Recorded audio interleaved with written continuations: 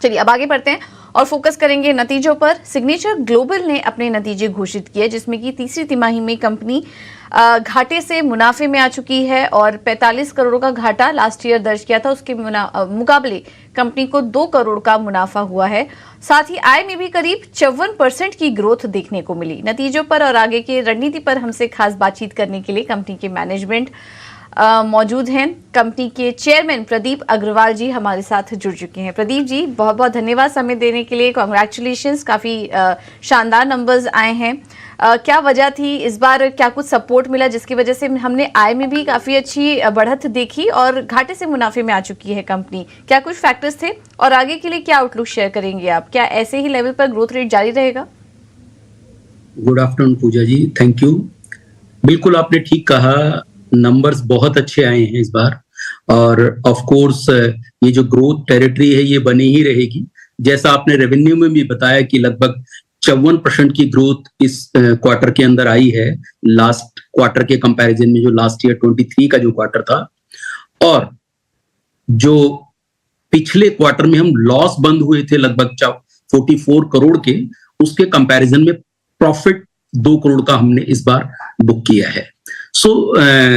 जैसे आप share analysis करते हैं तो उसके अंदर आप देखते हैं कि कोई टेरिटरी अगर रेड से ग्रीन की तरफ आ रही है तो आप उसको अपनी वॉच लिस्ट में रखते हैं। तो मुझे लगता है सिग्नेचर ग्लोबल अब उस टेरिटरी में आ चुका है जो जितने भी अब क्वार्टर आपको आने वाले दिखाई देंगे, मैं उम्मीद कर रहा हूं जो हमारा पूरा जितना भी इस वक्त स्टॉक इन हैंड है या जो ऑलरेडी सोल्ड आउट हो चुका है या जो कंप्लीशन की तरफ जा रहा है, उससे अभी आने वाले क्वार्टर और भी बहुत ज्यादा बेहतर नजर आएंगे।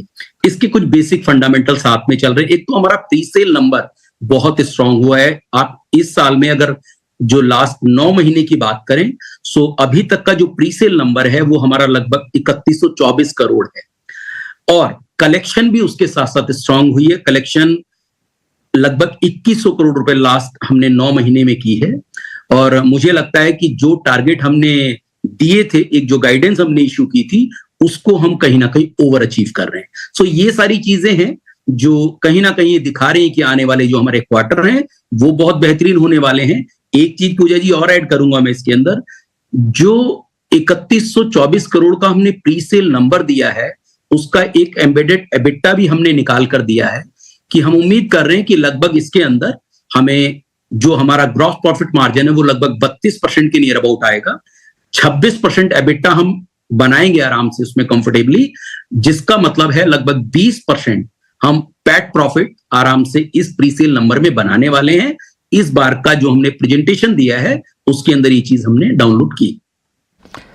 बिल्कुल, और बहुत आत्मविश्वास जो है वो आपकी बातों से अग्रवाल साहब झलक भी रहा है और हम ये देख भी रहे हैं कि बहुत सारे अहम करार जो हैं वो इसको और ज़्यादा सपोर्ट कर रहे हैं। और जिस तरह से आप कह रहे हैं कि एक जो यहाँ से जो यात्रा शुरू हुई है वो थोड़ा और ज़्यादा ऑप्टिमिस्टिक और ज़्यादा बेहतर नज़र आ रही है। अगर मैं गलत नहीं हूँ तो 5000 करोड़ की रेवेन्यू कैपेसिटी का कुछ गुड़गांव में एक करार आपका सामने आ रहा है, और जरा उसके बारे में बताइए। और फिर इस लिहाज से अगर हम दिल्ली एनसीआर और बाकी संभावनाओं की बात करें तो किस तरह से आगे और अवसर आप देख रहे हैं ग्रोथ के अपने? सो प्रशांत जी, एक तो दिल्ली एनसीआर में इस वक्त अपॉर्चुनिटीज बहुत ज्यादा है। अगर अभी तक के मैं जो अपने फोर्थ कमिंग जितना मेरा पोर्टफोलियो है उसकी अगर मैं बात करूं तो लगभग वो 28 मिलियन से भी ज्यादा का है। अभी जिस करार का आप जिक्र कर रहे हैं वो रिसेंटली हमने अभी रजिस्ट्रेशन उसका किया है। उसका जो पोटेंशियल है वो लगभग 3.2 मिलियन का है और जिसका रेवेन्यू टारगेट हमारा लगभग 5000 करोड़ का है। और ऑफ कोर्स ऐसे जितने भी जो नंबर्स हैं वो मुझे लगता है कंपनी बहुत क्लोजली वॉच कर रही है कि जितने भी लैंड रिसोर्सेज जो बेहतर हमारी लोकेशंस के आसपास हमें दिखते हैं तो हम उन्हें बाय आउट करते हैं। तो ये भी कहीं ना कहीं उसी का एक पार्ट है। और ऑफ कोर्स दिल्ली एनसीआर इस वक्त एक बार बहुत एक ऐसा एरिया बना हुआ है जहाँ रियल एस्टेट के अंदर काफी ज्यादा उछाल है। और अगर हम गुरुग्राम की भी बात करें तो गुरुग्राम के अंदर जो इंफ्रास्ट्रक्चर है वो बहुत ज्यादा बेहतरीन हुआ है। उसका ये एक रीजन है कि बहुत सारे लोगों ने माइग्रेट किया है दिल्ली से, और ऐसे भी लोग हैं जो सेगमेंट माइग्रेट कर रहे हैं। जैसे जो लोग 1 BHK में हैं तो वो अपने आप को अपडेट करके 2 BHK में लेकर आ रहे हैं। जो 2 BHK वाले हैं वो और ज्यादा अपर सेगमेंट को देख रहे हैं। तो ये दो जो माइग्रेशन चल रहे हैं, एक ट्रेंड है माइग्रेशन का दिल्ली से, एक माइग्रेशन है जो अपवार्ड जो थोड़ा सा सेगमेंट को बड़ा करने वाला, साइजेस बड़ा करने वाला है। तो मुझे लगता है ये दोनों चीजों की वजह से डिमांड बनी हुई है और सप्लाई कंस्ट्रेंट सिचुएशन है, तो इसका फायदा कहीं ना कहीं कंपनी को मिल रहा है। एक चीज और भी इसमें आपने अगर हमारे रिजल्ट्स में देखी हो तो पर स्क्वायर फीट जो रियलाइजेशन है वो हमारी काफी ज्यादा इंक्रीज हुई है। लास्ट ईयर ये हमारी पर स्क्वायर फीट रियलाइजेशन लगभग 7500 रुपीज पर स्क्वायर फीट थी, जो इस क्वार्टर के अंदर लगभग 9800 रुपीज पर स्क्वायर फीट हुई है। और बहुत बेसिक रीजन है कि डिमांड ज्यादा है, सप्लाई कंस्ट्रेंट है, तो कहीं ना कहीं उसका बेनिफिट कंपनी को मिल रहा है। बिल्कुल, बहुत ही बढ़िया अवसर है आपके पास, और ये तो मैंने पर्सनली देखा है, आपके प्रॉपर्टीज भी मैंने खुद भी विटनेस किए हैं। बहुत ही खूबसूरत प्रॉपर्टीज हैं, और दिल्ली एनसीआर गुड़गांव में जैसा कि आप कह रहे हैं कि डिमांड बहुत ज़्यादा है, उसके सामने सप्लाई इतनी नहीं है, और ऐसे में बिल्कुल आपकी जैसी कंपनियों को भी फायदा होगा।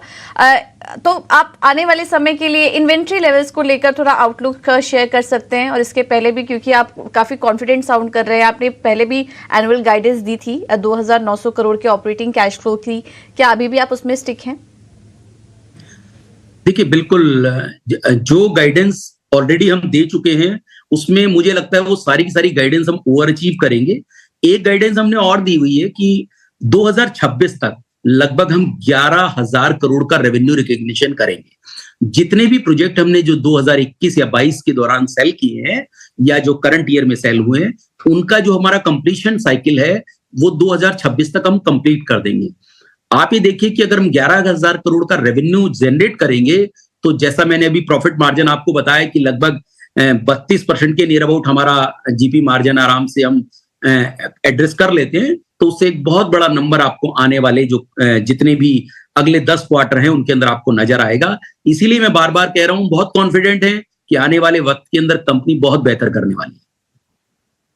बिल्कुल, तो वाकई जिस तरह से आपका आत्मविश्वास है उसके लिए ढेर सारी शुभकामनाएं, और उम्मीद यही करते हैं कि आप और आपकी पूरी टीम अपने कारोबार में बेहतर और बेहतरीन रहे, और इसके साथ ही लोगों को बेहतर और शानदार आशियाने मुहैया कराती रहे। बहुत बहुत शुक्रिया प्रदीप जी हमसे जुड़ने के लिए और इस खास चर्चा के लिए।